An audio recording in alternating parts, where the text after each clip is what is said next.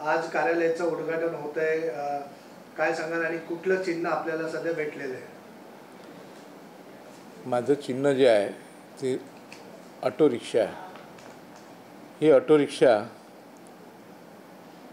आणि पहिली गोष्ट तर तुम्हाला हे सांगायचं की मी 2-3 ठिकाणी आता जाऊन आलो, पण लोकांचं हेच आहे की भाऊ तुम्ही उभे राहिलेत की बाबा आम्हाला खूप आनंद झाला आणि ह्यावेळेस तुमची सीट पक्की आहे.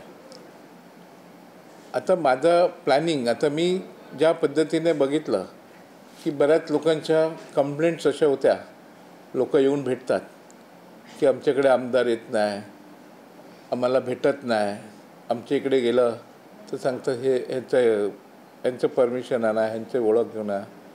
तर अशा पद्धतीचं आहे. तर त्यावेळेस मी असा विचार केला की बाबा जर अशा लोकांच्या समस्या आहेत तर माझा असा विचार होता की आमचे 5 वॉर्ड आहेत, 5 वॉर्डमध्ये 5 लोकांना मी निवडणार. म्हणजे जे ग्रॅज्युएट झालेले आहेत, 3 मुली, अजून 2 मुलं, आणि त्यांना एक 30-30 हजार असा पगार त्यांना मी माझ्यातर्फे देऊन की त्या वार्डाचा तो आमदार, असे 5 आणि मी एक 6वा, असे आम्ही 6 आमदार लोक मिळून पुढच्या भविष्यामध्ये, असं माझं प्लॅन आहे. का ते ज्या वार्डामध्ये आपण जातो, आताची ज्या मला कंप्लेंट्स आल्यात की येत नाही, आमच्याकडे भेटत नाही, तर मी बोललो तुमच्या वार्डातच तुम्हाला एक आमदार देतो आणि तो आमदार त्यांचं काम प्रामाणिकपणे याच्यासाठी करेल की बाबा त्याला लोकांची सेवा करायला किंवा लोकांचे प्रश्न समजून घ्यायला आणि माझ्यापर्यंत पोचवण्याचं काम आहे.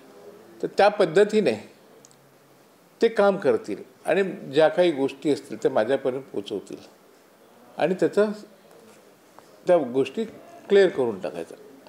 तर अशा पद्धतीचं माझ्या डोक्यात तो विचार आला की बाबा नाही, आपल्याला हे अशा पद्धतीने करायचं, जेणेकरून प्रत्येक एरियामध्ये, प्रत्येक वार्डामध्ये अशी कुठली समस्या राहणार नाही की जी आपल्यापर्यंत पोचत नाही आहे किंवा कोणाची कंप्लेंट येणार नाही की बाबा भाऊ आमच्यापर्यंत पोचू शकला नाही.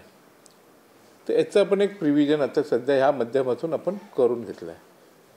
त्याचप्रमाणे आपण बघितलं तर जास्तीत जास्त बेरोजगारी आमच्या चेंबूरमध्ये. आता बेरोजगारी म्हणजे आपण काय, आता माझं तर आत्ताच सांगितलं की 5 लोकांना मी ताबडतोब नोकऱ्या, ह्याच्या पुढे अजून 500-1000 लोकांना मी कशा नोकऱ्या देऊ शकीन, त्याच्यावर मी आता वर्कआउट करतो आहे. आणि चेंबूरमध्ये सगळ्यात मोठी समस्या आहे की हॉस्पिटलची खूप मोठी समस्या आहे की गरीब लोक असतात, ते लोक अफोर्ड नाही करू शकत प्रायव्हेट हॉस्पिटल, मग ते लोक गव्हर्मेंट हॉस्पिटलमध्ये. तर गव्हर्मेंट हॉस्पिटलमध्ये गेल्यानंतर की तिकडे मेडिसिन्स नसते, इंजेक्शन्स नसतात, कारण त्या प्रशासन जी लोक आहेत त्यांच्यावर कोण नियंत्रण ठेवणारा माणूस नाही आहे की बाबा या हॉस्पिटलमध्ये ही व्यवस्था आहे, नाही आहे, हे मेडिसिन आहे, नाही आहे, डॉक्टर आहेत, नाही आहे, नर्स आले नाही आहेत. म्हणजे जो काय दुर्लक्ष झालेलं आहे त्या ठिकाणी. तर त्यासाठी आपल्या योजना अशा आहेत की बाबा हॉस्पिटल असणं गरजेचं आहे.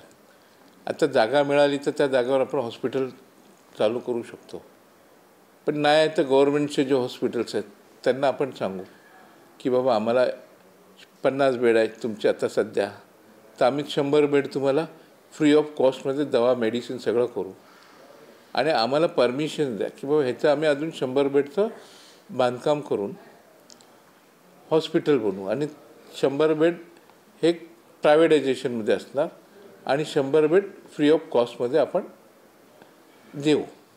तर अशा पद्धतीच्या योजना आहेत आपल्या. आता भविष्यामध्ये आपला व्यवस्थित सगळं झालं तर ही योजना आपण राबवण्याचं काम करणार. त्याच्यानंतर आपल्याला चेंबूरमध्ये प्रदूषण खूप झालेलं आहे. म्हणजे मॉर्निंग वॉकला लोक जर उतरली तर त्यांचे श्वास घ्यायला त्यांना त्रास होतो, कारण शिवाजीनगर इथे आपला डम्पिंग यार्ड आहे. ह्या डम्पिंग यार्डमध्ये कचरा जाळतात. कचरा जाळल्यानंतर तिथे ताबडतोब धूर जो होतो तो धूर पूर्ण चेंबूर परिसरात तो धूर येतो. त्याच्यामुळे लोक आजारी पडतात. ताप, थंडी, मलेरिया ह्यासारखे सगळे आजार पण इकडे जास्ती प्रमाणात आहेत. तर मला हेच सांगायचं आहे की चेंबूरचा विकास, त्याचबरोबर आपल्या डेव्हलपमेंटचा पण मुद्दा आहे का ते डेव्हलपमेंट होणं गरजेचं आहे. चेंबूरचा हा डेव्हलपमेंट म्हणजे आपले स्लम पॅकेट जास्ती आहेत चेंबूरमध्ये. तर ते सगळे स्लम आज लोक बघतात की बा SREच्या माध्यमातून लोकांना घरं मिळाली पाहिजे. तर आपण प्रयत्न जास्तीत जास्त करू की SREच्या माध्यमातून लोकांना चांगलं घर, आता त्यांना बाहेर जावं लागतं तर त्यांना त्यांच्या घरातच ती सुविधा उपलब्ध करून द्यायचा आपला विचार आहे की म्हणजे SREच्या माध्यमातून त्यांना चांगलं घर. त्याचबरोबर आमच्या छेडानगरमध्ये पण म्हणजे चेंबूरचा विकास म्हणजे आज छेडानगर पण आला जात. तर आमच्या छेडानगरमध्ये इंटरनल जे रोड आहेत ते अजूनपर्यंत बनलेले नाही आहेत. त्यामुळे आम्हाला हे इंटरनल रोड बनवायचे आहेत. PA लोखंडे मार्गवर क्लब हाऊस नाही आहे. त्यासाठी PA लोखंडे मार्गवर लोकांना हॉलची सुविधा नाही आहे. तर त्यासाठी आपण तिकडे हॉलची सुविधा, का तर गरीब लोक अफोर्ड नाही करू शकत, त्यासाठी आपला वेलफेअर सेंटर अशा पद्धतीचं आपण सगळं करायचे सगळे उपक्रम आहेत की रोज त्या रिक्षामधून प्रवास करतात.